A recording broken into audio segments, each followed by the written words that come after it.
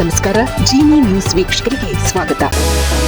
ಎಲ್ಲ ವೀಕ್ಷಕರಿಗೆ ನಮಸ್ಕಾರ. ನಾನು ಸಂಧ್ಯಾ. ಬೆಂಗಳೂರಿನಲ್ಲಿ ಕುಡಿಯುವ ಕಾವೇರಿ ನೀರಿನ ದುರ್ಬಳಕೆ ವಿರುದ್ಧ ಬೆಂಗಳೂರು ನೀರು ಸರಬರಾಜು ಮತ್ತು ಒಳಚರಂಡಿ ಮಂಡಳಿ ಕಠಿಣ ಕ್ರಮ ಕೈಗೊಂಡಿದೆ.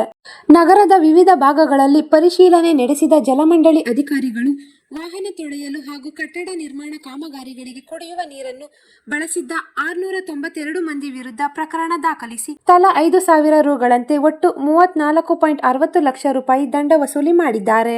ವಲಯವಾರು ಪರಿಶೀಲನೆಯಲ್ಲಿ ದಕ್ಷಿಣ ವಲಯದಲ್ಲಿ 206 ಮಂದಿ, ಪಶ್ಚಿಮ ವಲಯದಲ್ಲಿ 165 ಮಂದಿ, ಕೇಂದ್ರ ವಲಯದಲ್ಲಿ 135 ಮಂದಿ, ಪೂರ್ವ ವಲಯದಲ್ಲಿ 100 ಮಂದಿ ಹಾಗೂ ಉತ್ತರ ವಲಯದಲ್ಲಿ 86 ಮಂದಿ ನಿಯಮ ಉಲ್ಲಂಘಿಸಿರುವುದು ಪತ್ತೆಯಾಗಿದೆ. ಕಾವೇರಿ ನೀರಿನ ಕೊರತೆ ಹಿನ್ನೆಲೆ ಕುಡಿಯುವ ನೀರನ್ನು ಅತ್ಯಗತ್ಯ ಬಳಕೆಗಳಿಗೆ ಮಾತ್ರ ಬಳಸುವಂತೆ ಜಲಮಂಡಳಿ ಸಾರ್ವಜನಿಕರಿಗೆ ಎಚ್ಚರಿಕೆ ನೀಡಿದೆ.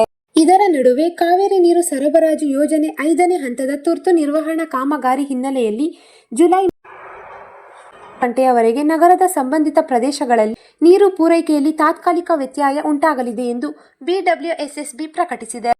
ನಗರದ ವಿವಿಧ ಭಾಗಗಳಲ್ಲಿ ಪರಿಶೀಲನೆ ನಡೆಸಿದ ಜಲಮಂಡಳಿ ಅಧಿಕಾರಿಗಳು ವಾಹನ ತೊಳೆಯಲು ಹಾಗೂ ಕಟ್ಟಡ ನಿರ್ಮಾಣ ಕಾಮಗಾರಿಗಳಿಗೆ ಕುಡಿಯುವ ನೀರು ಬಳಸಿದ್ದು 692 ಮಂದಿ ವಿರುದ್ಧ ಪ್ರಕರಣ ದಾಖಲಿಸಿ ತಲಾ 5,000 ರುಗಳಂತೆ ಒಟ್ಟು 34.60 ಲಕ್ಷ ರೂಪಾಯಿ ದಂಡ ವಸೂಲಿ ಮಾಡಿದ್ದಾರೆ ಎಂದು ವರದಿಗಳು ತಿಳಿಸಿವೆ. ಈ ದಿನದ ನಿರಂತರ ಸುದ್ದಿಗಳಿಗಾಗಿ ವೀಕ್ಷಿಸುತ್ತಿರಿ ಜೀನಿ ನ್ಯೂಸ್. ನಮಸ್ಕಾರ.